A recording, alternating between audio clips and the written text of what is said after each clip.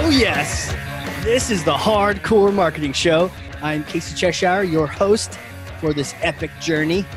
And today's show, sponsored by Cheshire Impact, on a mission to help people maximize their use of Pardot and Salesforce. CheshireImpact.com. Bam. Hey everyone, I can't wait to introduce you to my guest today. She's amazing. I heard her present. That's how we got connected. She was presenting a meeting with a bunch of different business owners, all about marketing, all about content. And she was just laying down the law, telling people what's what, smashing myths. As you know, that caught my attention. And so who is she? What does she do? All about content. She's been a ghostwriter, copywriter, editor, wordsmith, marketing consultant to the stars, owner at Kristen Sweeney Consulting. Any guesses who it is? Kristen Sweeney, welcome to the show. Hi, thank you. I'm very happy to be here.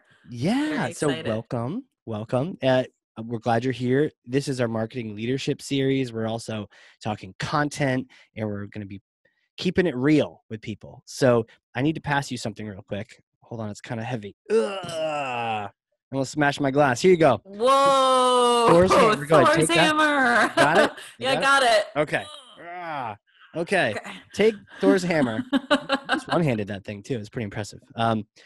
Take that and smash for me some kind of marketing myth, bogus strategy, misconception. Just set the record straight once and for all. The myth I want to bust is that high-value content is hard. So often when companies think about what kind of content they want to be putting out there, they kind of fall into two buckets, right? Wait. So one second. That's a myth? So it's not hard? It's not hard. No. It's so easy. Why do we think it's hard? We think it's hard because we think if something has value that it's got to be like agonizing to pull out of us. Like a quest. Right? Like a quest. Yeah, sure. So imagine like so many of the clients that I work with are these CEOs and they'll send me stuff, right? We have this initial conversation and they're like, I have these Word documents and I started to write my thoughts about something. And then I just got stuck. So they suffer from writer's block. They're not inherently great writers. They know, in terms of what they need to be doing in their business, like the pain of writing, which it is a painful process, even for people who love it, isn't like highest and best use of their time. So when they try and really share of themselves, especially if they're not, they're not like that used to like sharing their inner thoughts or being maybe like tapping into their emotions or their beliefs, all the stuff that makes a piece of content really meaningful. Yeah, exactly. It's just really hard for them and they get stuck. And so all their great ideas sort of languish, forgotten on their hard drive, finished. But that's why people think it's hard. And then I think the other side of that is this approach that's super hands off. It's like, you know what, we'll just go out there. We're just going to send somebody out to kind of research what everyone else is doing. And we'll do a piece that's like the same version of that, but we'll try to make it a little bit better. And, there is some value to content like that in terms of SEO, but I think if it's not paired with something that really, and especially with the kind of brands and companies I work with, that captures like the voice and the tone of the owner or the company itself, then your audience is going to figure out that you're not delivering really, really high value content. Right. But the fact is it's not as difficult as people think. It sounds like two extremes here. You have the people who are trying to make it perfect and they get stuck. I've been there for sure. I legit have, maybe you can help me rescue them. I have several Word documents on your hard really drive? cool. Of course, it's 2020. They're Google documents. Oh, sure. But they're sitting out there in the cloud, having yet to be published. And I think some of them are like 95%. I had this one on the Silverado commercial or something, and really cool. And I spent so much time on it, but I just, I don't know. And then, so there's the hard people where it's like, it's just painful and I get stuck by wanting to be perfect or reflect on me. And then there's the opposite extreme you brought up, which is like, yeah, we'll just outsource this thing or we'll just copy somebody and throw some fluff out there. Cause that's what content's all about, isn't it? Fluff, right? It's like, no one's walking the middle, which is the good content side. There is nothing worse to me than reading a blog post that's got a great headline and then I click on it and I'm like, okay, you drove to a strong call to action. That's great. But I couldn't even tell you what I read because it was just sort of vague and fluffy and meh, And so even if you've got a good a good product, I at least am totally turned off by that.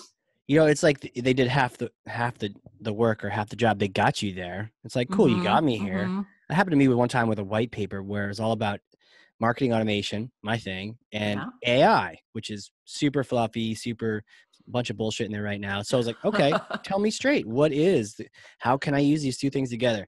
No, the title was perfect. The content was designed well, total garbage.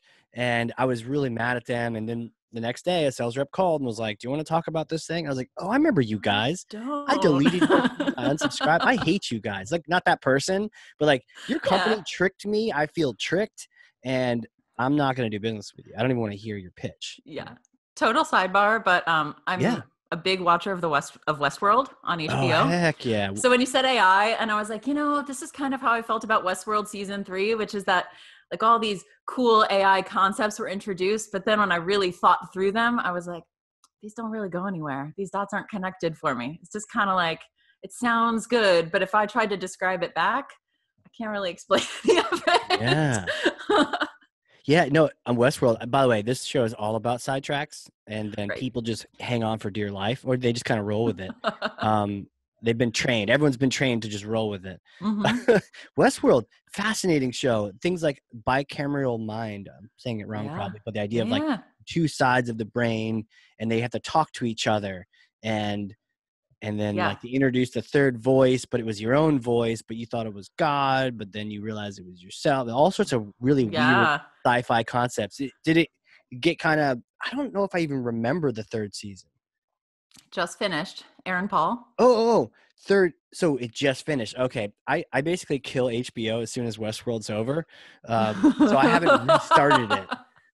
So I know nothing. They'll say anything about third season. All right. But were you disappointed? You were disappointed though with it? I think so.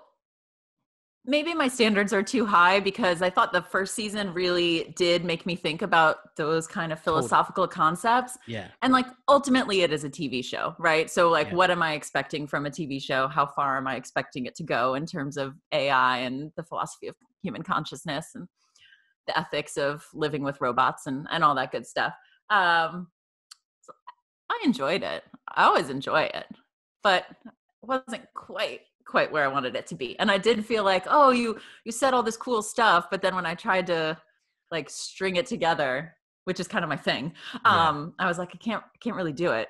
I can't really do it. So that tells me there's some gaps. Critical question. Is it worth me signing up for HBO just to watch the third season, or should I? I don't know. Isn't there some old TV show on HBO Max that you really want to watch right now? I just saw Fresh Prince of Bel-Air's on there. Oh, okay. So, well, I've been kind of distracted by Amazon Prime TV lately with like old game shows and whatnot. They've got Password, which I'd never watched. And then I was like, this is actually really kind of fun. Family, and Family Feud. They've got reruns of that. Nice. So, okay, good to know about Westworld, but you brought it up around the AI topic. What was the connection there? I think the idea was just stuff that sounds really good, but ends up being, it's like your mind can't grasp onto it because it's kind of filler. And it's like, you said a bunch of things, maybe it was kind of buzzwordy, bringing it back to content. You got me to this call to action, but like, what did you actually share? Like, what did I learn here? For the record, last season and last 2 episodes of Game of Thrones, same, right? Clearly they just want to get on with their lives. Spoiler. And like the last 2 shows are like, last season, is it even worth watching? I don't know. They should probably throw him in jail for having such bad writing for the last season. I don't know. It was sad. So my husband had never watched Game of Thrones. I've been a book reader for a long time. And our daughter was born last January.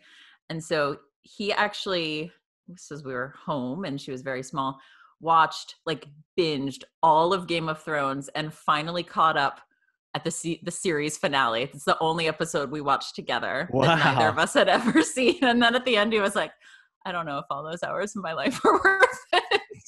No. Yeah, it makes you question the whole thing. Kind of like our whole point. By the way, I'm pretty sure Joe Rogan has a bit where he talks about, I'm guilty of this too, people who have read Game of Thrones are like quick to let you know, by the way, I've definitely read Game of Thrones. Yeah. I am After too. a I listen while, to I audiobooks. forgot what was in the books. And so then like Same. I kind of rewatched it with him. And so by then I was sort of like embracing the TV storyline. But in the beginning, I definitely was guilty of that. Yeah. Do It's you a think little he'll ever different. finish his series? I mean, he kind of needs to now because they destroyed it in I the don't TV. know. I don't know. All he has to do is I say hope he the does. real ending that doesn't suck is in this book. Go get it. And I'll be like, Right. okay, sign me up. Or even if it's the same ending, but made it, but better, like you said, better writing, a little less like, let's just get to the end Okay, here. the guy that you've been afraid of this whole time gets killed by a dropping dagger. Give me a break, right? Give me a break. That does not happen. He's the most scary guy ever. And a falling dagger. Oh, Yeah. gosh. They Yeah. wanted to get onto like the Skywalker Star Wars Right. series, so they were like Yeah. bouncing out of it. It was A big crazy. deal. Yeah. So, okay, so we hate it in TV shows. We hate it in content. You got to do it the right way. People are going extremes. Got to be perfect, and they don't publish it. Doesn't have to be perfect at all, and then they publish Mm-hmm. garbage. So what is the middle? What is the right path to follow here? So I think the middle way is empowering business owners and leaders to just basically like take all the information that's already in their brain, right? They're already industry experts, right? They have a ton of experience. They're probably working with clients on a daily basis, right? They understand their customers, like all that information that's just captured up in there that they use to make decisions, just figuring out an easy way to download that out of their head and then let somebody else worry about actually putting the content together. Got it. So download it, and this is the age old problem is like the thought leader or the expert at the company. Maybe it's the CEO, maybe it's the solution architect or whoever it is. They've got limited time. They're out doing Mm-hmm. other things, and yet we Mm-hmm. want to get their content out there. It's like, how do you maximize their time? Yeah. Yeah. And I mean, honestly, for most of those folks, most of us, right, love to talk. And it's an easy way to share information. And as soon as many of us start to grab a pencil and think we're going to write something or sit down at the keyboard, like we freeze up, we self edit, we start to think about things like sequence, which is really important, but it's not important at first. So Right. what I do is really work with clients that basically they just like brain dump onto me, and it's not in any logical order. And it's usually in a conversation too. So just like this conversation is bringing out a lot more than if I just sat here and kind of answered a list of pre-prepared questions that you sent me. For sure. Right. This is a lot more engaging. We're kind of taking it to interesting places. It's like, tell me a little bit more about that. Yeah. Um, so that's really at the heart of the way that I work with clients. And I think it's easier than they expect, that they find like, oh, I am a thought leader in the industry. It's just a matter of getting the information I already have out of my head and into the world. And I don't need necessarily like some big complicated strategy or more experience or expertise than I already have. I just need a way to put that information out there that's in a way that's like professional and well marketed, right? Like no Yeah. sense having it up on a blog post on the internet that nobody's going to look at. Right. That's a hard And problem. Yeah. um, yeah, but the key is just facilitating a really, really easy way for them to share what they already know and building the content out of that. 100%. And I think that the unspoken thing here is really probably another myth you're smashing is like there's certain people that know the stuff, and you may not know it. I may not know it. The marketing Mm-hmm. team may not know it. It may be the solution engineer, maybe someone Mm-hmm. else, the CEO. And so rather than trying to, you know, have us catch up and become the expert in a month, right? Or, I mean, we can eventually become our own thought leaders in a way, but yeah, like it's go to the source, right? I think a lot of these Yeah. outsourced shops, there's a famous one in the Boston area, but like they don't know that your topic nearly as well as you do. And so if they write the Mm-hmm. content, you sound like you know the topic as well as they do, which is not well at all, Yes, you know? exactly. Yeah, Exactly. And we can, I can usually leverage like one conversation with a client can produce a month's worth of blog posts, an hour conversation. for sure.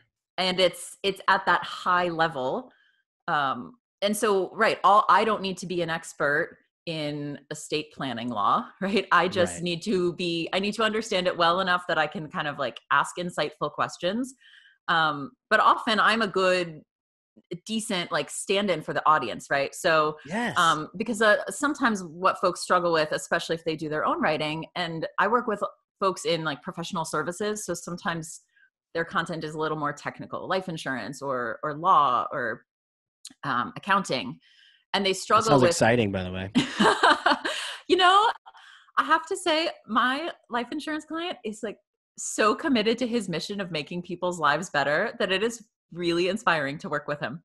How do you make lives better with life insurance, though? Isn't that just like Because you're sort of a protecting morbid? their family's future, the family's future. Okay. And All he right. really like, that's his why. And That's he cool. believes it. That's cool. It's not just like So trying to it's a just little get people out of their dry, money. but Yeah, that's yeah, cool. exactly. Exactly.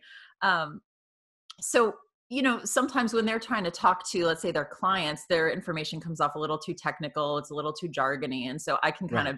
it's often helpful that I'm not so immersed in their field. And I'm like, okay, what does that mean exactly? So is it like, this is how I would say that? Is that, kind of breaking it down a little bit simpler? That's a huge point, though. The fact that we may not know the full thing. I mean, I even Mhm. think about some people have books when they come on this podcast and they're like, have you read my book?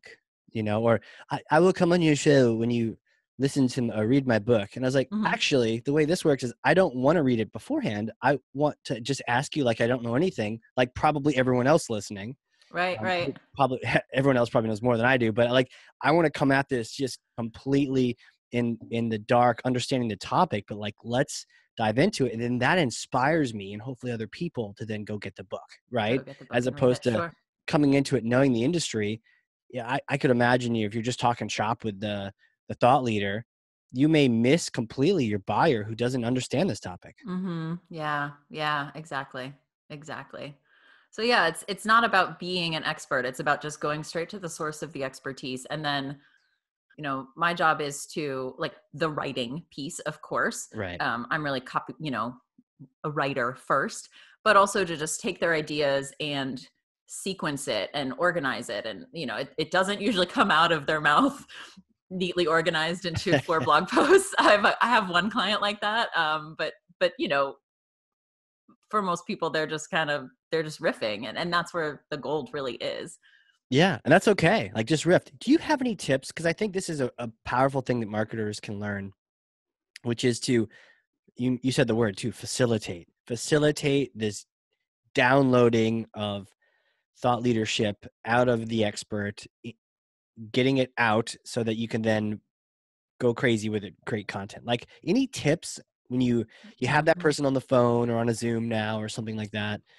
What kind of strategies, if you could advise someone on like maybe 3 things or whatnot to really make the best of that time? Because also you're talking to someone probably really important. You don't want to come Yeah. across like an idiot. This Yeah. is important. Yeah. So I would say one is make sure you have a really airtight system for capturing what they say. So I have a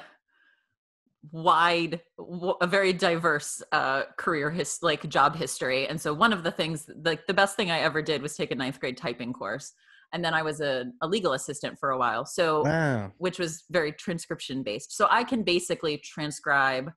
It's not, super pretty, but I can transcribe as fast as someone talks. And very often that's what I'm doing during client conversations. I'm Seriously. literally capturing all their words. And Yeah, I'd want to see that um, sometime, like on a webinar. I'd want to test that out. Yeah. um, and then, so that's kind of the system that tends to work best for me. But sometimes we'll just do something like use a transcription service instead. So Yeah.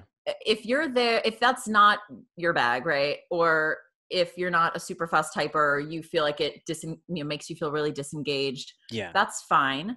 Um, but if you're just taking like the occasional note here and there, you're not going to get the content you're looking for. And you're not going to get the client coming back to you and saying, this sounds like me, only better, which is like the highest compliment I think Yeah, I I agree.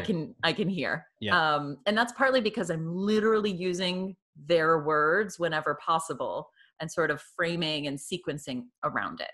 So sometimes what you can do is something like Temi, T-E-M-I. I think it's temi.com. So it's just a transcription service, right? But it's a nice one because it links it up to the video. So you just upload the video, get the whole thing downloaded. So basically the point is have a really airtight system for capturing all their words. So you don't have to go back to them later and be like, you said something about this, but I don't really remember. Can you elaborate a little more?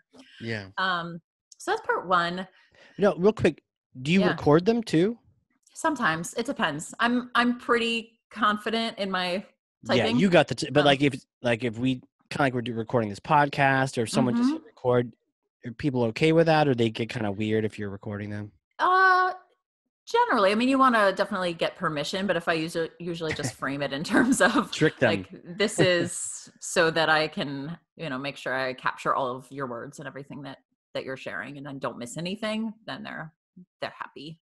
I could see that being way important, because otherwise, to your point, if you're like, hey, I heard something, I caught, but I was writing down the previous note and I totally spaced out on that note.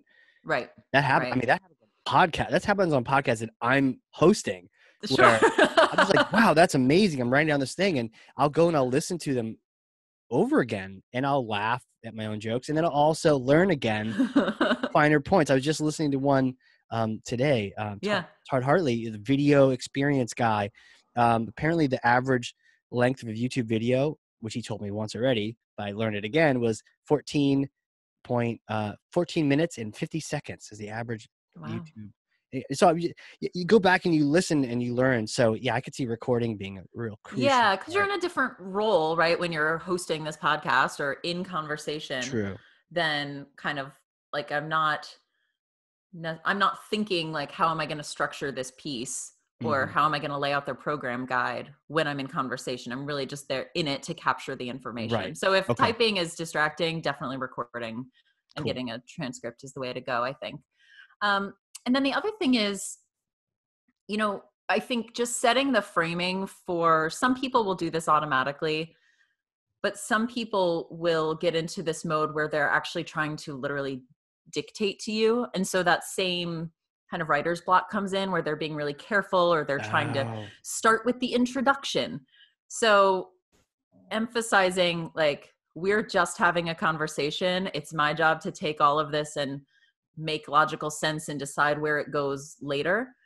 But we don't need to worry about any of that right now. It's just for you to talk. And sometimes it like takes a little while in the relationship, or you got to kind of warm them up. And usually if I'll notice if it's something that they've got a little pre-prepared, as soon as I ask a question that isn't prepared, then they have to just respond normally. And that can sort of facilitate that just kind of opening up of the conversation. And now they're just speaking off the cuff. Gosh, I've seen that so many times. Is the thought though, when they're uber prepared like that, they're not really letting it out, or they're probably self-editing and it's holding them back?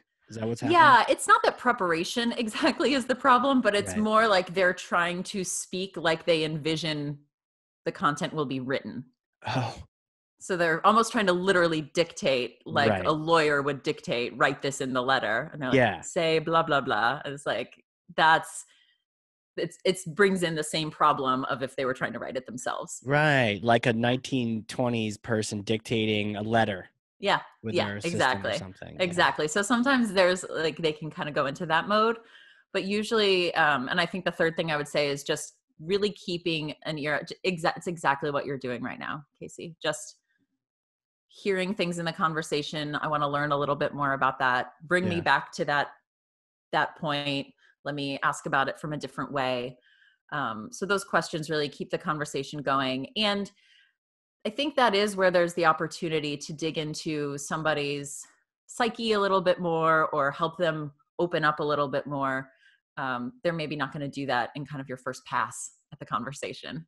So your questions can really help them dig a little bit deeper, or share something in a different way, or maybe it's explaining a term or a concept that they have thrown out there, but they don't realize their audience isn't super familiar with that. That's a little more high level.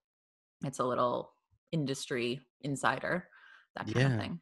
Yeah. And not being afraid to say, what does that mean? Yeah. I do not know. I do that a lot. Yeah. What do you mean by that? And maybe they think, interesting.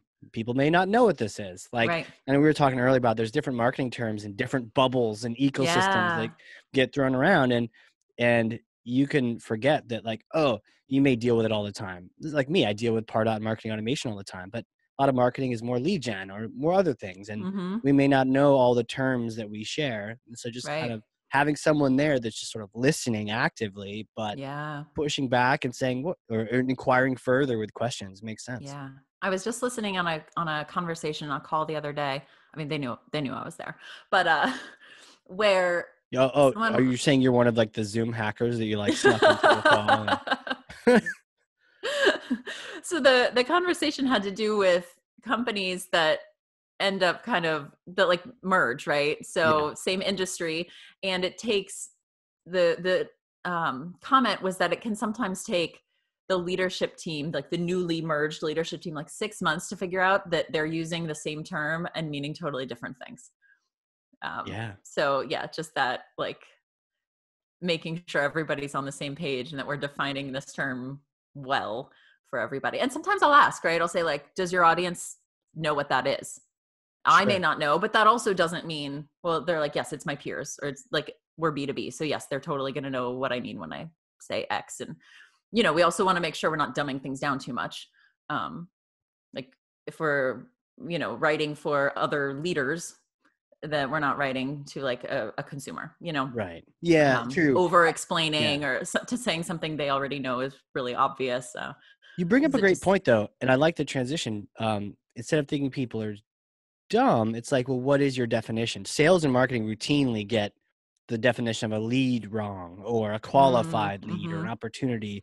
Totally different pages on that. mm-hmm, So just saying, what's your definition for that? I think back to even when I was writing my book, B2B, like me clarifying what I felt B2B was, and if you were a good reader for this book or not, just mm-hmm. helped to clarify my point. Well, it was a complex sale with high transaction value. So if you fit that and you're selling to consumers, well, Yeah. this would be a good fit for you too. But clarifying that, or having that thought leader clarify it, can be a nice way of having them answer it without being like, what, you don't know what that is? Like, no, what's your definition? What's Yeah. your best Yeah. working definition of this topic? Mm-hmm. Yeah, That's absolutely. awesome. Absolutely. Yeah. Very cool. Prep. I wrote down prep as a question. How much do you prep for these things? Mm, it really depends. So, Yeah. um, generally speaking, and before I have like a kind of content mining conversation, so I have like a 4-step process. So capture, what we were just talking about, is really the second step.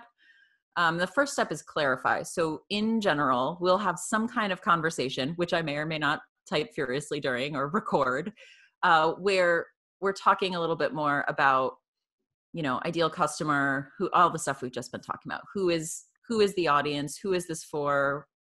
Making sure we're clear on what format the content's going to take, what we're driving toward, calls to action, sure, and an individual piece of content, but maybe like overall strategy for this type of content.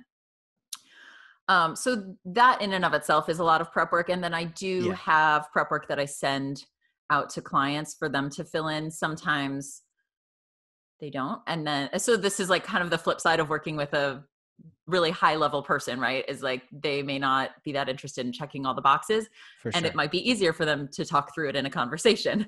For So sure. same thing applies. So if I don't have like a neatly filled out prep worksheet in advance, then we'll usually have like a preliminary conversation where How we long kind of is it, walk through it together. your worksheet? It could be it's not that long. It's Okay. not that long at all. Yeah, like 15 questions maybe. My Yeah. hope is that ideally someone's not coming to me who doesn't know their ideal customer yet, right? Because if I'm trying to help you discover who you're talking to and write your content, I've had that experience, and what can happen is you're not satisfied, it doesn't hit the mark because you're not yet totally sure of who you are. So I think like a lot of people in marketing space, sometimes we do end up in that place of we're doing a little bit of strategy with clients who maybe aren't quite where we would like them to be ideally. Sure. Um, So for example, if I was working with an EOS client, it'd be great if they just sent me their vision traction organizer, which has their list, their Has it target all. audience, it's got it all and it's right there. And if they could like expand upon that a little bit more, and they'd ideally send me some great filled out ideal customer profile or avatar, however you want to talk about that. Yeah. But that doesn't always happen, right? So sometimes we're kind of backfilling a little bit. In terms of prep for the actual conversations, it depends. Usually I can bring a few ideas to the table, but I will always start with what's on their mind, what they're wanting to talk about. And, ideally we're working off a content plan, but I know we talked about wanting to bring this up. Sometimes we're really just trying to get like that marketing habit of capturing and putting content out there up and running. So for a while that can look like, what are you thinking about right now? Let's just start there and see what happens. Yeah. Because I could see like what you're thinking about now could be anything, and then eventually corralling them into thinking about the goals and the questions your customers are having, so that the content's like spot on to your target. It makes total sense. That clarify. Now, is that one of many steps, the clarify step? It's one of 4 steps. First, one of 4 step steps. 1. Yep. To your madness. Okay. I wrote 4 steps, but even just having that can be so huge. I remember working with this one company and they were bragging to me about a content piece, and this was like a mid-sized company and they're in the sort of finance world. And they're like, we paid a lawyer in New York City who was $1,000 an hour to write this paper for us. Look, we're so cool. I'm thinking that's a cool, that budget is probably some smaller companies like entire marketing budget. That's a cool budget. Yeah. And so I'm thinking also to your point about typing, what's this guy's word per minute? Because it ended up being 27 pages long. And so I'm thinking, you can't more than an hour for a page. So I can't imagine how much this white paper costed them. And then I asked them, like, what problem or challenge does this solve for your customer? I'm excited. Hey, this sounds great. What does it solve? And then all the like eyes started diverting away and the head started looking down and no one looked at me. And they were all sort of signaling that. And then they eventually said, like, that's not how they went at this. They went at this like, oh, we have a budget. We'll pay this smart guy and they'll talk all about us and stuff. And it had nothing. It wasn't all that helpful to their customer. And so it wasn't all that successful, but they hadn't done that simple step, a clarify step. And maybe it's not so simple, but at least asking, who is this for? What is the ideal outcome of this project? Do we want, what do we want? And if they had done it for that paper, it might've been like, do we really just want to brag for like 45K? Like, I don't know. Right. Maybe we want to do something different. Yeah. And it's not to say that if we're, like I said, so ideally we'd have this great editorial calendar and we'd just be like, here are the 4 topics we're doing today. And so if that's not the case, which sometimes it takes a while to get there and you're sort of up and running while you're planning, that doesn't mean that the content we capture, like it should still ask and address those questions. So that's part of the questioning, right? It's like, okay, so you've gone on a little bit of a rant. That's great. Now, like, let's find some recommendations, or like, why does this matter to your audience? Or like, what should they do about it? Or, making sure that, because part of the risk of letting them just freestyle is that like, you don't want to spend 15 minutes off on something that you're like, that's great, we can never use it. True. So it's like hoping to kind of tie it back, or kind of identifying like, oh, actually I can't tie it back. And so maybe it's time to move on. So they start talking about Game of Thrones for like 30 minutes. I agree, man. I think we did though. I think we brought it back. We did. We totally did. But kind of corralling them back in and trying to figure out how to make that useful content. And then the other thing I want to say about the capturing content. So I'm talking, a lot of times we're talking, just conversation, and that's how we're doing it. But the other thing is just really mining any existing content you have. So I always tell my clients, like, you can send me a voice memo with a brilliant thought. You can send me a 1-sentence email. I want to see any presentations you've done, any videos you've got of speaking engagements, like anything you've already written, but especially things like that haven't yet been maybe like fully utilized. Just all that other media, send anything you've got, any raw stuff, send it to me. And then, so sometimes we don't even need, a full conversation. Yeah. Yeah. Yeah. It's a good point. There's stuff already out there, hopefully somewhere, but Yeah. even just like a quick voicemail, this interesting thought. Yeah. Like for me, I doing a lot of hiking lately, had some thoughts, put it down on my phone. Oh, I had this thought. Oh, yeah. And then, just kind of putting that in words and getting that out to someone in the marketing team to be able to, And just kind of capturing it in the moment, right? So that later we can come back and go, oh, you sent me a 1-sentence email about X. And suddenly that, is the trigger for, oh yeah, let's talk about this thing. And we can build that out in a conversation. Okay. If like needed, So, I've got some steps here on how to be a good facilitator of that conversation. The framework that starts with clarify. What is this? Is this like the content creation framework that you use? Yes, that's exactly what it is. Oh, hello. What comes after clarify? Create. And that's do they all start with C's? They do. I mean, oh, that's exciting. Of course. Pretty much every marketer out there was like, yeah, all is right in the world. They all start with C's. It's good. Yeah. There's 4 steps. They start with C's. Perfect. So create is really, honestly, that's kind of where my team takes over and starts to drive. So that's, the drafting of the content, that's piecing it together, putting it together. And then it is the editing process with the client, which again, their involvement is wide ranging. Any tips on that? How to ruffle feathers but get good content out of it? Anyone ever freak out in the editing process? Or not really, because you got the content from them, so it's like usually if you get the content from them, I mean, occasionally they might be like, oh, that's not actually something that I would want to say publicly. Right. So they might kind of edit that out. Yeah. So usually, like I said, the place most likely to run into trouble is if you end up working with someone who doesn't totally know who they are yet. Yeah. And they're trying, content's a really important part, I think, of defining and shaping your voice as a company and as a brand, but it can't do all the lifting for you. Because I think you'll be unsatisfied with it if you don't know who you are. If you're not intentional about that, it'll be all over the place, right? Yeah.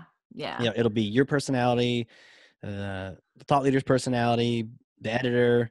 Yeah. It might change. Even people within the team. So this is what can happen. Yeah. People within the team don't agree on who the business is and the brand. And so then, like, as it's getting, one person might like it, the person who you spoke with, but then it gets, to that final review, you're like, someone else is like, oh, we really need to bring in those other aspects. And you're like, this first person didn't talk to me about that stuff at all. So like, and it's not that I'm not willing, you have to be willing to incorporate feedback and ideas. But again, if it's coming from that place of not really understanding brand identity, then I think it's hard to write satisfying content.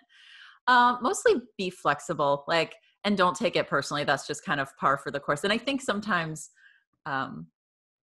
clients actually think that I will take it more personally than I will. And I'm like, I rip my own writing to shreds all the time. If you do that, you're used to seeing, tons of red lines, and that's not a problem. I think be flexible and don't take the feedback personally. I have clients who I've worked with, folks who I would send them something and they would do a ton of editing, but they were super happy with the product. Okay. And others who, I wrote a blog post based on a 2-sentence text message they sent me, and they're like, approved, looks great. So it really just depends. And that takes building a relationship with the client for a while. Totally. I'm surprised you got Eric to text you back, Yeah. What's up, Eric? Okay. So this makes sense. And, you brought up the voice a couple of times, and I wonder, is this tied to how silly or how much fun is the writing? Does it sound like the speaker?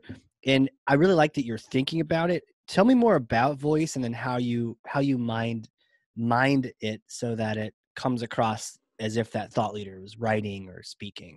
Yeah, sure. So as I mentioned, I tend to work mostly with professional service companies. So in general, I'm not going to be your best person to write like really zany content. I'm not zany.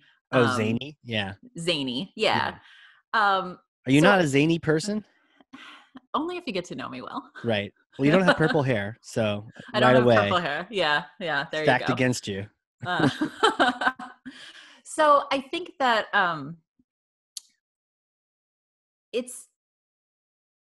it's not so much for me that it's a incredibly strong, it's more point of view than it is, um, like, oh, I so remember the way that they talk and they're super cool. That, I mean, that is very appropriate for some brands. It just doesn't happen to be my wheelhouse.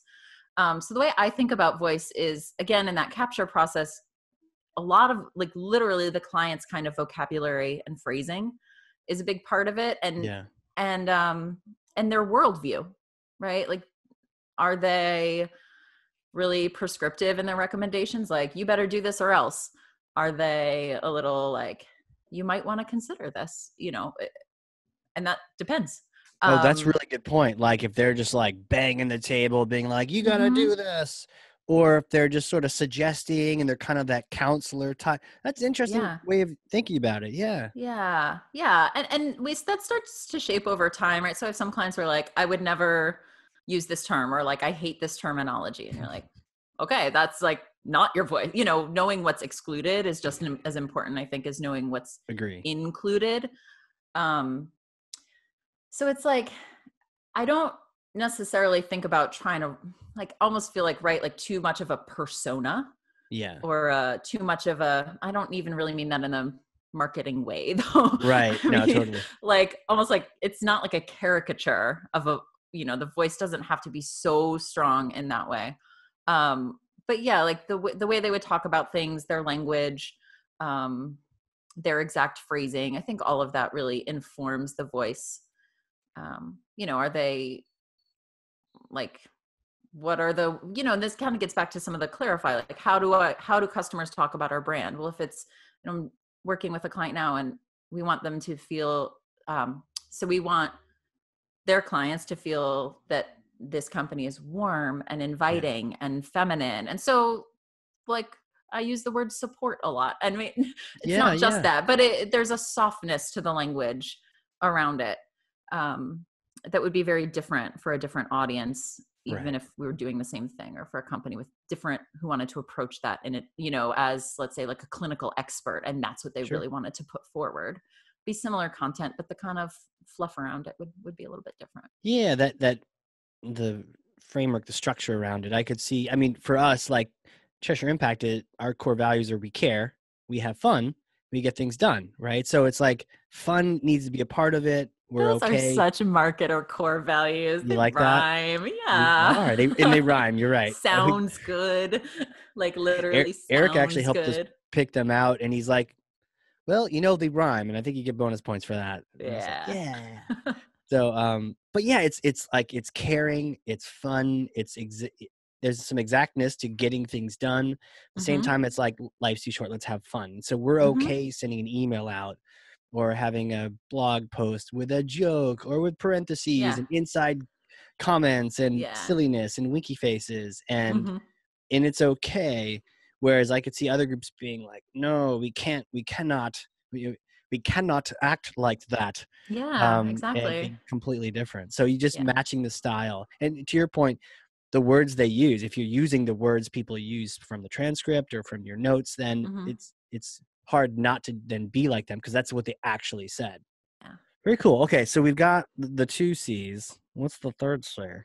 So that's create, which is kind of what we were talking about, with the Oh wait, voice. So the third C is so create? clarify is number one. Yeah. Capture is number two. Oh, Yeah, okay. we My did them out notes are of gonna be a order. little messed up here. Okay. That's all right. Crossing out the 2 and putting a 3, crossing out 3, putting a 2. Okay, so the capture. We talked all about the capture. Got it. Yeah. So what And is the then final C? complete, Okay. which is really has to do with getting the project over the finish line and making sure that as much as possible, like the handoff of that this gets out into the world, right? So it's really unsatisfying, and it's happened to me where you work on website copy and then Yep. 3 months, it's a one-off project. 3 months later you look and their website's exactly the same as it always was. And you're like, Right. but why? And it's not that I can't design a new website for them. Yeah. But certainly I'm a little more proactive now and kind of connecting with resources. But part of, I think, what makes us a little bit different is this kind of built-in project management. I'm extremely execution oriented. One of our core values is extreme accountability. Yeah. So this idea that it's not just enough to be like, here's your copy, bye. So sometimes that looks like handling the kind of like administrative and marketing pieces around it. Yeah. And that's kind of how I backed into marketing. I was like, I'm writing stuff, but I want to make sure it's getting out there in the world. So yeah, whether that's coordinating with somebody else's team, whether that's handling that piece ourselves, making sure the clients got access to other resources when possible, just really getting it finished, and also proactively following up. Hey, this is the deadline, not making sure something doesn't languish for review in the CEO's Right. inbox. And well, I'm happy as long as my invoice gets paid, just it's not Yeah. done until it's done. It's not done until it's done and people are reading it or Yeah. watching it or consuming it. Ooh, there's another C, consumption. But the idea of content activation is so important. The folks over at Uberflip are telling us stats of like 80 to 87% of all content never gets consumed and just sort of dies, right? And for content people, like, oh my gosh, all the time spent. Yeah. And I remember talking to David Meerman Scott, who's like this famous marketing writer and the boss. Do you know David? Have you heard of him? I don't. Yeah, you should definitely look him up. He's got like, will. I don't know, like 40 marketing books. So he wrote like the new rules for PR. He wrote the new rules for marketing, I think. Just super, super writer. He's writing about tribes now and all sorts of things. But he was talking to me before the show, just talking about how he was doing something like 250 podcast interviews all about promoting the book. And I was like, oh, thank you for letting me be one of the 250. But he was talking about like, the writing was maybe the 20%, and the activation, the promotion was the other 80% for a book. And we probably need to take that same approach for this content. Is like, it's such a good content. We want our buyers, our consumers to see it, read it, and learn from it. Yeah. Yeah. And it's, marketing is such a sticky spider web, because you don't want to get in. To me, I don't ever want to get in over my head of what I'm going to deliver if it's not my wheelhouse. Yeah. But I do want to push things as much as possible, or, if it's like, well, what's the plan for this? So, really simple, but I'll like really never do an engagement for ongoing content like a newsletter or blog unless we're like, and who is this getting emailed to on a regular basis, and where is your email list? And maybe we're not list building for you, but how are you doing? Like, at least bringing up the questions, kind of on either. What's your take on newsletters, since you brought it up? Dramatic pause. I like them. I like them. And I think it's just a matter of knowing your audience and the frequency. So like some companies can put something out every week or every month and there's stuff to report.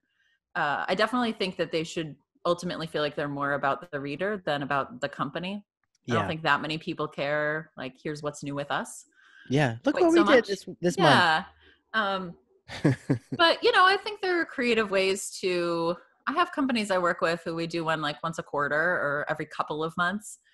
And we really work to put out meaningful content and not like there might be a picture of, something personal, but it's not like, here's what I've been up to. It's a lot more like, here's what the real estate market is doing right now, or here's what you should be thinking about seasonally with respect to your home. And yeah, I know. I've gotten the Cruise Consulting Group. Not so much of a newsletter as much as just like a note from Eric on a regular basis. Like, and it's helpful and it provides information.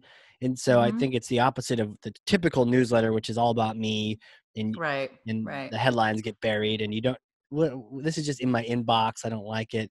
But if it's like a quick note, hey, here's something to be thinking about. One little nugget. Yeah. That kind of Yeah. thing. And I do, I'm not necessarily like more is more. Sometimes I really believe less is more. So if I'm Yeah. talking to a company, one of the things I'll ask them if they want regular content, is we'll have that conversation around frequency. Like, well, how often are there Yeah. updates, things that people want to know about in your industry? How often, is there new information to share? If you're like a subcontractor for construction, like one, who are we reaching out to, and what do those general contractors care Yeah. about? They might care about some new like technology or something you can do with them, Yeah. but they probably, maybe it's just too cynical, but they don't care that much about your team, Right. like about the inner workings of your company. And it's still nice to do like like a employee feature, a spotlight, something Right. like that. This can really help to personalize it. But yeah, ultimately I think it needs to feel like it's about them. Right. Yeah.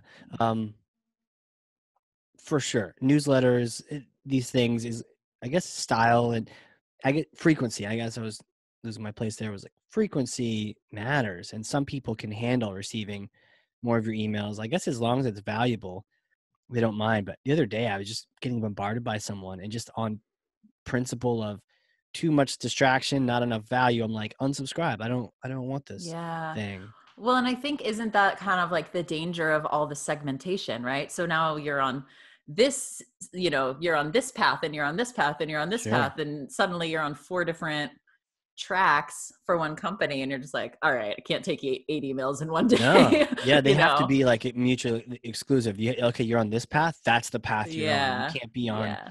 9 different tracks. But you're right. Sometimes that runs away from people. And I know there's a feature in Pardot that it makes sense now. Is the idea of, how many emails can this person get in a week or in a month? And you've hit your max. Cool. Don't send them anymore. Yeah. Or you could just Yeah. plan and not have to Right. rely on the system to do that for you. But either Mm-hmm. way, um, there's very few things that even I'll keep around as a consumer. Have you heard of the hustle? Just generally. Oh, like the term, hey, hustle. No, there's like a newsletter called the Hustle. No, I haven't. You should check it out. It's like one of the 2 newsletters, I guess I'll admit, that I actually get. Hustle newsletter, I guess, is the way to find it. Yeah, it even pops up. So what is it? Thehustle.co. And Okay. we had Steph on there who's an analyst from there, but it's actually interesting. It has like news bites, a little interesting tech news. And I was like, oh, okay, this is actually, and it's in Mm-hmm. a fun voice that Yeah. I enjoy. Yeah. And it's Yeah. survived so far. I haven't killed it. And it comes every Nice. day. And it's one of those Wow. things that are popular. And so it's like, and sometimes we've used that even internally. It's like, okay, this is the kind of voice that we aspire to, this sort of marketing. Like, look, it's fun, it's informative. How do we come across like Mm-hmm. this? But I think Mm-hmm. sometimes those good examples out there can really help Yeah. inspire you to try things. Sidebar. Let me ask you, what thoughts on .co? Thoughts on This is .co? actually very personal because I'm considering a rebrand, and the URL I really want .com is not available. Thoughts on .co? And is it like a name thing, or is it like a funny for the dot? Yeah, Yeah, it's the .com's not available of got what I it. want to rebrand to. Yeah. I've seen it more and more, and I think I'm like my friend Aaron. He has this thing called singularity.vc, Mm-hmm. and I'm like, okay, that's kind of interesting, like him. I think people are more accepting of it because I think the number of people that actually direct type, Google could tell us if this is true, but the people that actually type in a web address directly is like lower. I think you Yeah. click Yeah. through to it, so it's almost like, do we even care where it's on? Mm-hmm. Um, so I think .co or .something interesting could be Yeah. intriguing. I think the challenge with .co might be that it's too much like .com. Right. You're not sure if you left off the M. Yeah. Whereas if it was something like with Aaron's, like singularity.vc, I've never typed that, but he's linked me to something and I clicked onto it. You don't think it's VEECEE? No. He used to be like a VC guy, so that works too. I know there's a lot of clever ones out there. I have seen people try to like blend it into their name. Mm-hmm. Domain endings. As a search. I wonder if there's like some funky ones. Are you thinking of a .co? Thinking about it. So I want kscontent.com. Nobody take it. Well, you can't take it. It's taken. KS content. So I was thinking .co, or I could do a dash, like a hyphen between KS and content. What's the KOU? Yeah.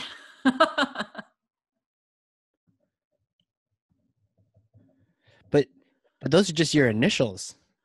Yeah. Yeah. I don't know. What would be? You need zany. Oh, maybe you don't need zany. I don't need zany. I don't think. Yeah, I just found a list that there's apparently 882 domain extensions. Wow.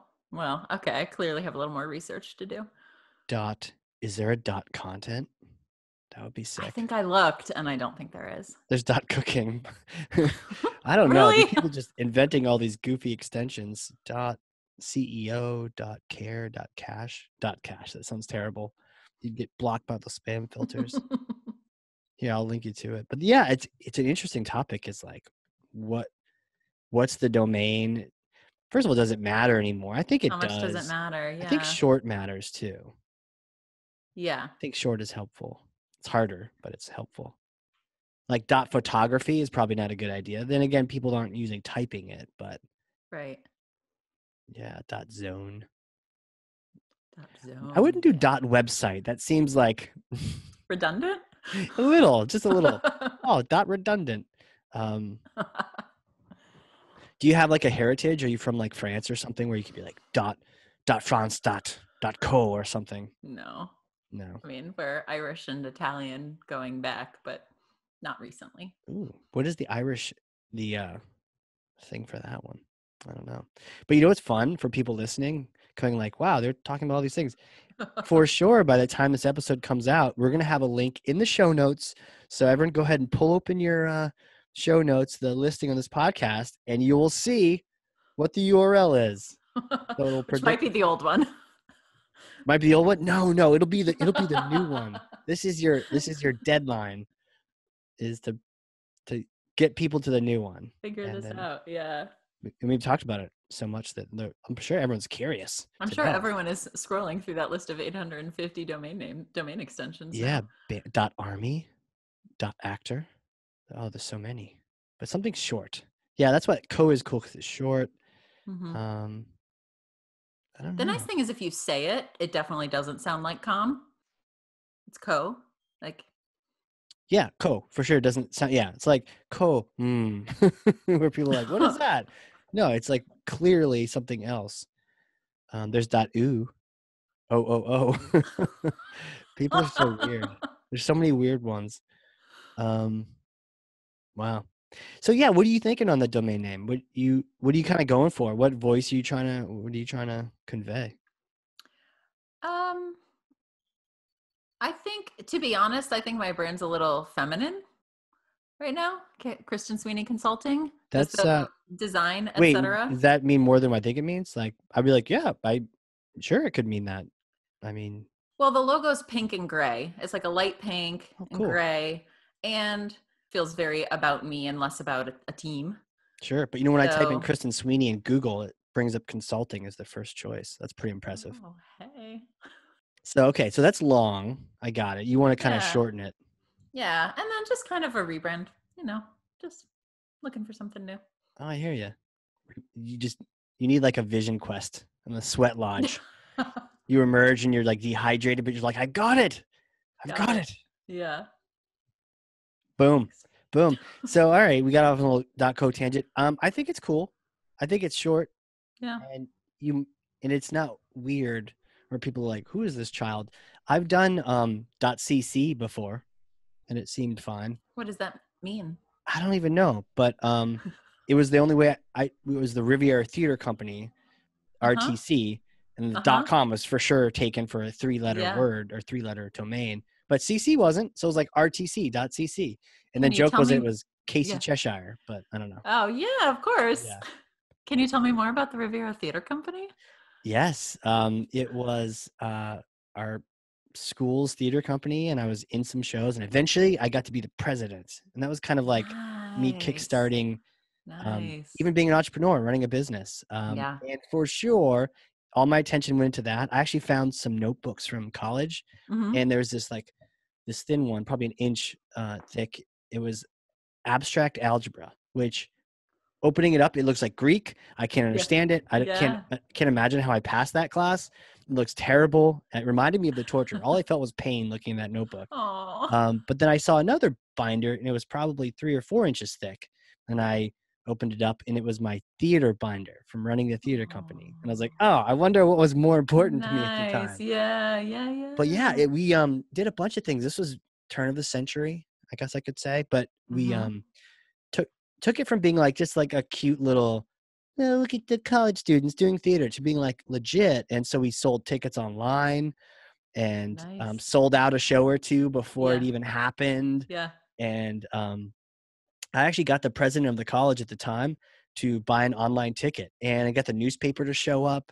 And there's like picture of like me leaning Nice. over the computer and pointing to it, and he's like typing it and getting his online ticket. And then afterward, he's like, I don't really feel comfortable. This was after the press wasn't there. I don't feel comfortable buying online, so here's a check for my ticket. It was like, Gosh. so, Isn't so it funny typical. how like not that long ago and it seems so quaint, like when people were just barely buying online. Like Right. I just don't things feel are so comfortable. compressed. Yeah. Seriously. So yeah, it was fun to do that. Yeah. Definitely got terrible grades across the rest of the board, but those teachers did get suckered into coming to the show, Yeah. for sure. But yeah, so rtc.cc. So I Nice. think the short ones, there's some merit to that. Yeah. And you I could was even say a that the CEO stands for content optimization, you there you could go. make it up. There you go. So what's the future bring, do you think? Where are we going with all this stuff? Where are we going with content? And I love the content mining conversation for sure. I'm Mhm. gonna name the show Mhm. after that. It's amazing. Yeah.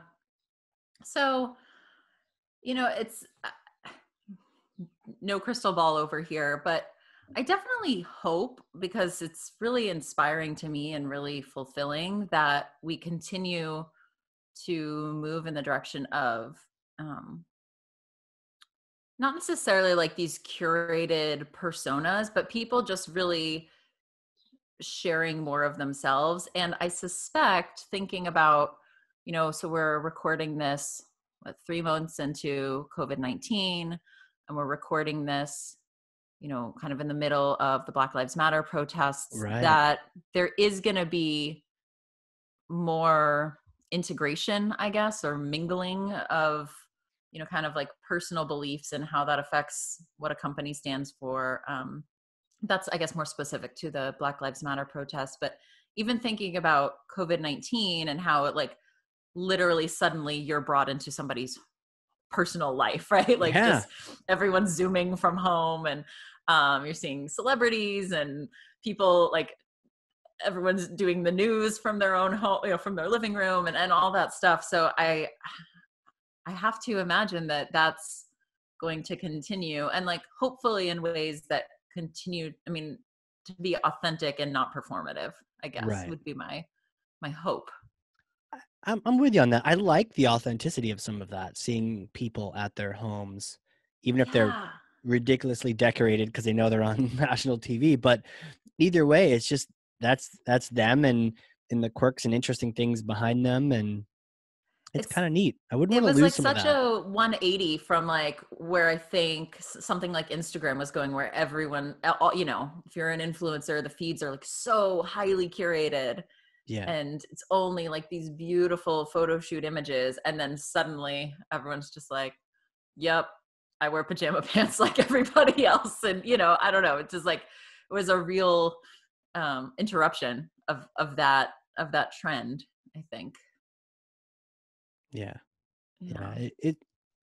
Yeah. I remember someone mentioning that big corporations prior to this were trying to lessen the quality of their video and lessen the quality of their pictures to make them look more Mm, personal. Meanwhile, interesting. smaller companies are trying to like increase their quality of their picture, make Yeah, themselves look more yeah. corporate, so Right. this weird convergence of Yeah. authenticity. Yeah. And I mean, I don't think that should become an excuse for like shitty product, Right.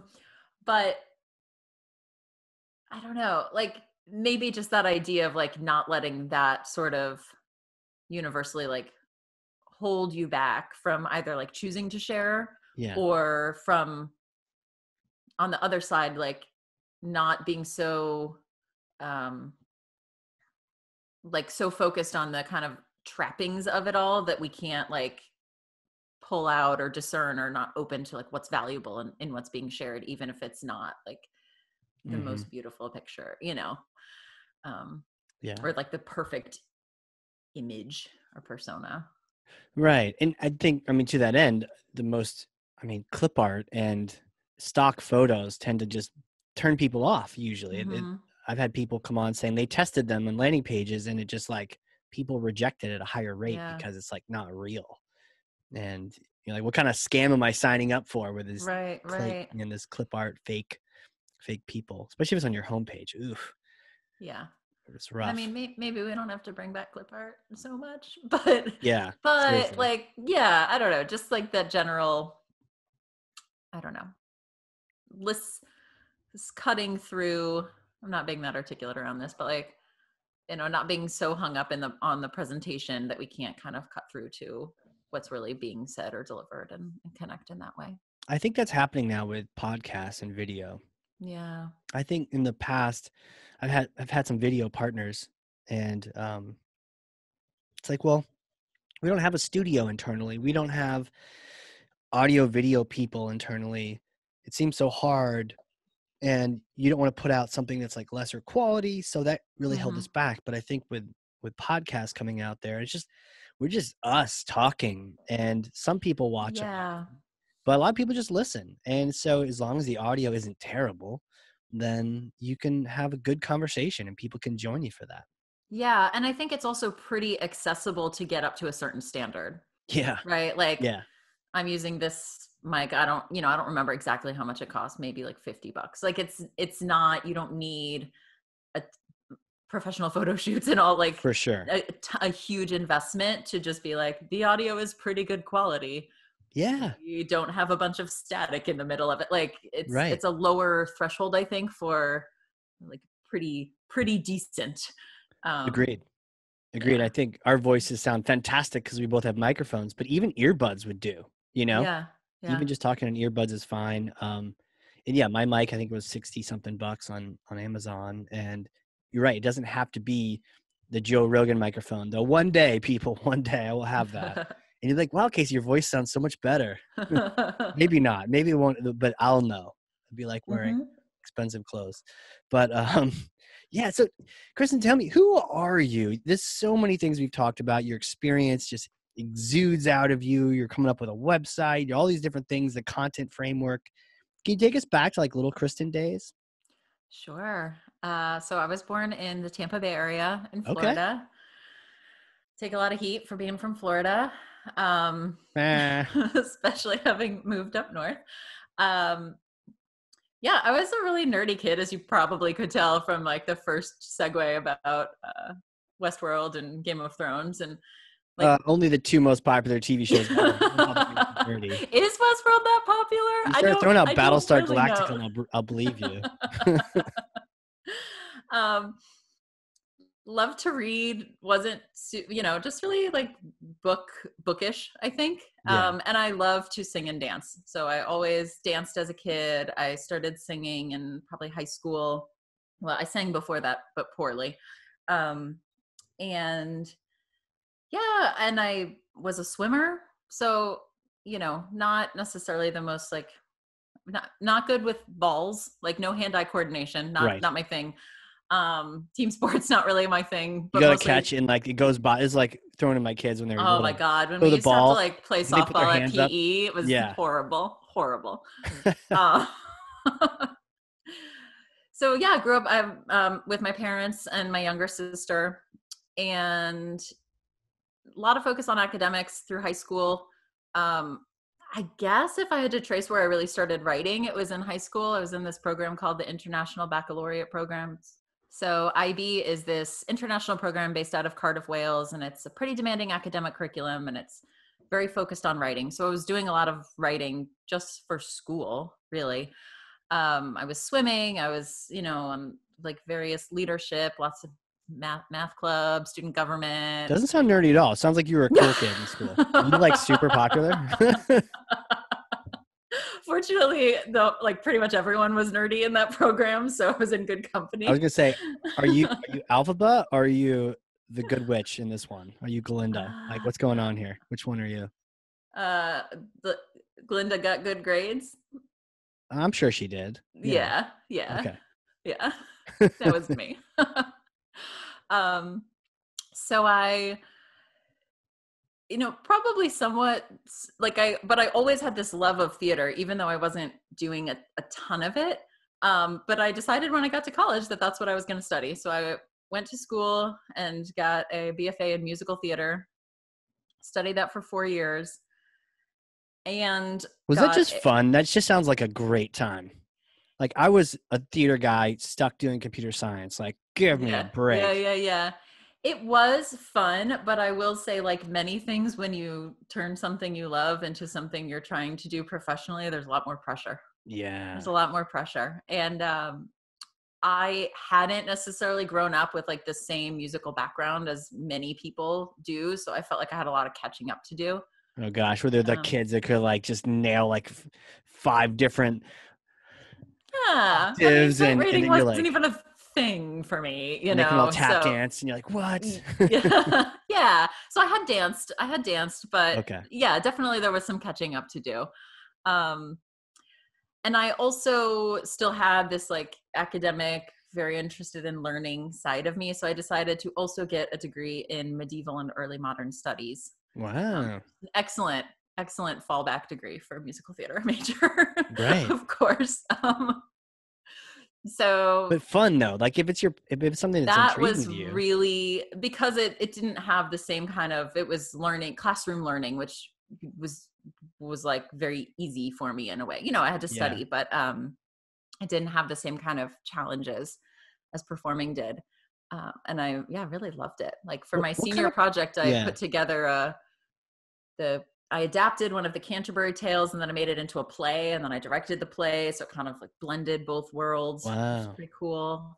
It was silly and neat and very rewarding. And then I went on from there to go to grad school, actually in Boston. This is the first time I came to the Boston area. Went to the Boston Conservatory, which is now part of Berkeley, for musical theater for 2 years, and then had some gigs, did a couple shows up here in Boston, and then moved to New York to perform, to do the theater thing. Do that life, which I did for about 9 years. And what I think people don't always realize is a lot of what the kind of work you get when you live in New York isn't I mean, most people don't end up on Broadway, and I never did end up there. But a lot of it is that all the auditions are there. So you're auditioning in New York and then getting regional jobs like all over the country. Oh, interesting. Okay. So that's where people come for auditions. That's where, the bigger talent pool is. So I've worked in Tennessee and Maine and Pennsylvania and Vegas. Really? What kind of things did you get in those different places? Most were musicals, right? So I did Les Mis at, up in Maine. I did, a lot of the regional theaters, they're not doing, let's say, like the same kind of as progressive theaters, like they're doing a lot of the old chestnuts, the old your Oklahomas, your old Auntie chestnuts. Maeve. I love that. I mean, really, Carousel, Oliver, that kind of stuff. Yeah. The ones that they know people have heard of and will probably come. Exactly. Yeah. As opposed to, here's this new thing. Yeah, with the really traditional music and songs people love. I mean, my dad still like loves the music of Camelot. It's not a show I was ever in. It's just like something he remembers kind of an age when musicals could like work their way into mainstream music, actually. And, so he would like love to go see Camelot because he just remembers it. And interesting. in that way. I feel like age-wise, I came a little bit after those people. So like I didn't have those old ones, but it was more of Mm-hmm. like maybe The Sound of Music and Mary Mm-hmm. Poppins and more of like a Yeah. Disney musical Yeah. generation. For me, it was like Rent and Les Mis, the first two shows I learned all the words to. Phantom of the Opera, Of course. yeah. I definitely remember being a kid and like playing Phantom of the Opera on a record, and my parents Wow. like I'd come home early from school, I'd play the record, and you could turn it up loud because no one else was home, and Yeah. I would just like sing Phantom That's the songs. best. Yeah. Oh, absolutely. Yeah, and That's people get it. home, you like turn things down, like, oh, hey, how Yeah. you doing? Welcome home. Yeah. Dancing around the living room. Right. Cats is another one I did. Nice. That's definitely a good one to just let it all out to. Yeah. What was it like being in Rent? Because that was one of those ones that Oh, I I was heard a not in couple. Rent. I just learned the lyrics Oh, to it. you learned it. Yeah, Okay. yeah. Rent's not when I'm not zany enough, not cool enough for Rent. Yeah, I was thinking you have to be really out there. That cast, it was one of those things that I heard the music a lot and was like, oh, I love this. And I'd never seen it till maybe 2 or 3 years ago. And I was like, Mm-hmm. oh, cool. All the songs I know and really like, this is how they fit in. I didn't realize they're almost like back to back. Some of my favorites were just like back to back. Yeah, yeah. But It's yeah, mostly sung interesting. through. Yeah. Mm-hmm. Yeah. Mm-hmm. Crazy.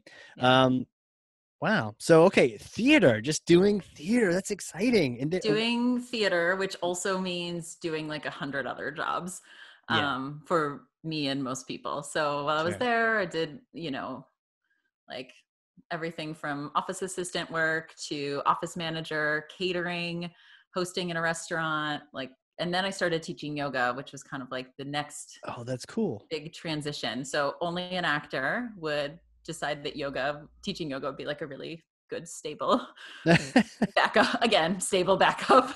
Um, so Why then I though? was, Because it's so popular. Maybe it was early on though, because now it's kind of all the rage, right? I mean, yeah. So what I realized was that I was spending a lot more time auditioning than I was really performing, and that was very hard. sure. And I felt like I needed something that was satisfying and fulfilling, like on a regular basis, that I couldn't just wait to get a job and then work these other kind of day jobs that were fine.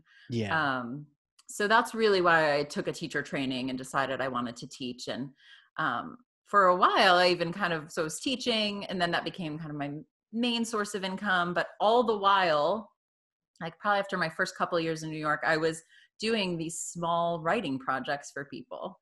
Um, and at first it really was just kind of like copywriting. So it wasn't any of the marketing pieces we're talking about. It was, Right. oh, someone's got an opportunity to, um, write an article monthly for a magazine, but they just don't have the time or they're not a good writer. So I'm just handing off the article and they're handling all the distribution. Or, oh, I want to, put this out to they had the vehicle for it, hopefully.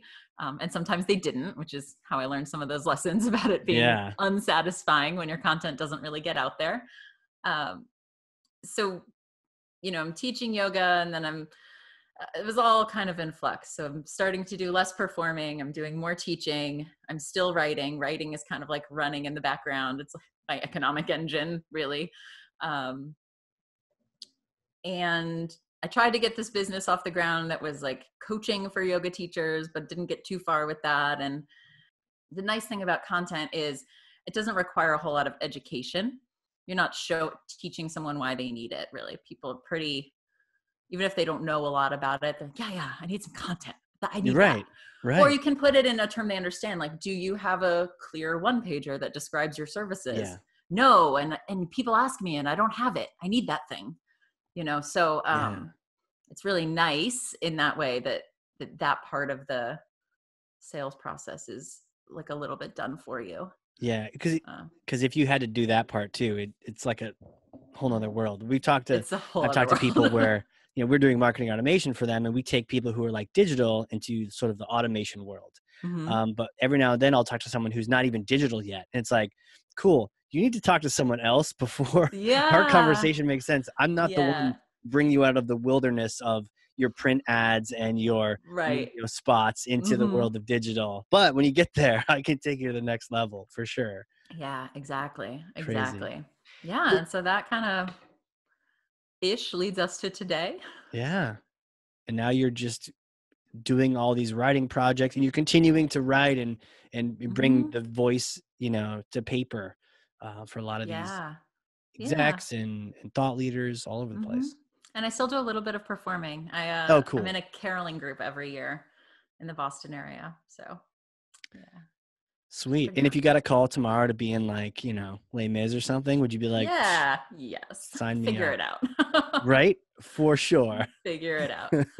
Block Yeah. my calendar. Let's Yep. do this. Yep. Exactly. For sure. Exactly. And I was sharing with you, earlier, there's that summer series up in New Hampshire here. And I'm just like, every time we go with the kids, I'm Yeah. like, sign me up for the summer series. Yeah. I want to be in that. I would definitely come see you at the Palace Theater. Totally. I would Totally. definitely make the One drive. week I'll be the wizard. The other week I'll be Mufasa. Who knows? Yeah. Yeah. Totally down. Yeah. That's amazing. Well, hypothetical for you. If you could go back in time and advise yourself, like within time machine, which I may or may not have in Nashua, New Hampshire, Great. but if you could go back and advise yourself, see yourself, maybe you poop in and there you are, you just got your MFA, or like you just got out of school. What kind of things Yeah. would you tell yourself? Any advice you would give yourself?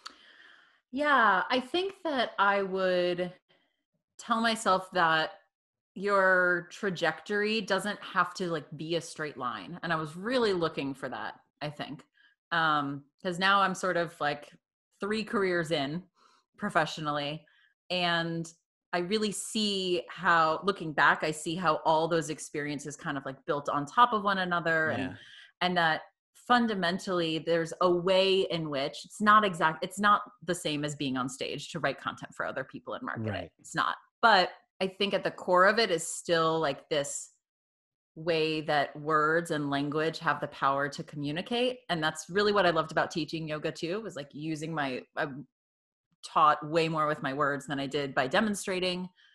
And like, just, yeah, the way that language can have an effect on people. And that's kind of the common thread I see.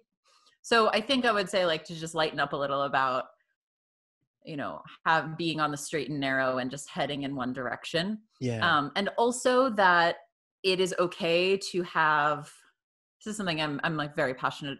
I'm very passionate about not being too passionate about things, which is to say that I beat myself up, I think, for a long time that I didn't have like one great love. I didn't have something where I was like, if you, people say like, oh, if you could wake up in the morning and do anything else, you shouldn't be doing this thing because you don't care about it enough. Like you don't love it enough. So I made myself feel guilty because I liked a lot of things. Right. And I've come to embrace the fact that like there's a kind of different kind of person who has multiple interests and not just one all-consuming career passion. And I think that has been really effective in what I do now, because I have like a lot of experience. Like I can relate to like a health and wellness coach or someone who's more spiritual, but I also can relate to someone who's like in a very business or corporate setting. And, I've not done every job, but I've done a lot of them. Right. And so I think, yeah, just like, it's okay. Like, it's okay for things to change and evolve and for you to love more than one thing. And that just means you're loving a lot of life. And that's not a bad thing. Yeah. Like it doesn't have to be at the expense of something else. I think there is some value to focus, right? And I'm with you. I'm very similar. I would have loved to be like singularly focused on this one thing. Like I almost became like a pilot in the Air Force. Like you would have no other hobbies. It would just be that.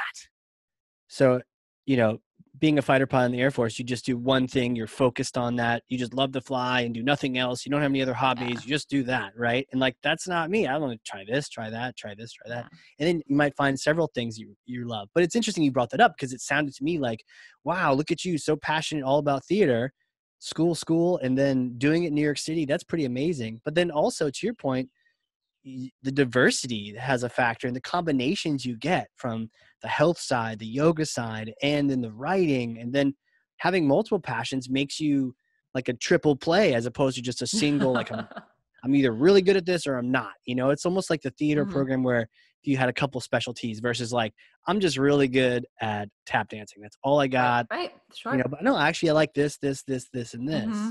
Yeah.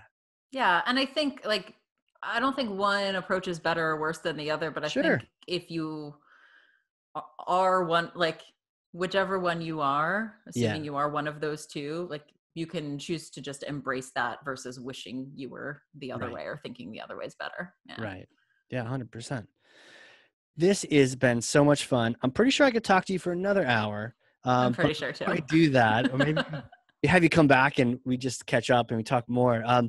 Where can people connect with you? Throw the things where you know they can connect with you now, and then we'll just remind people that web address will be in the show notes. Well, they can definitely connect with me at kristensweeneyconsulting.com. Okay, perfect.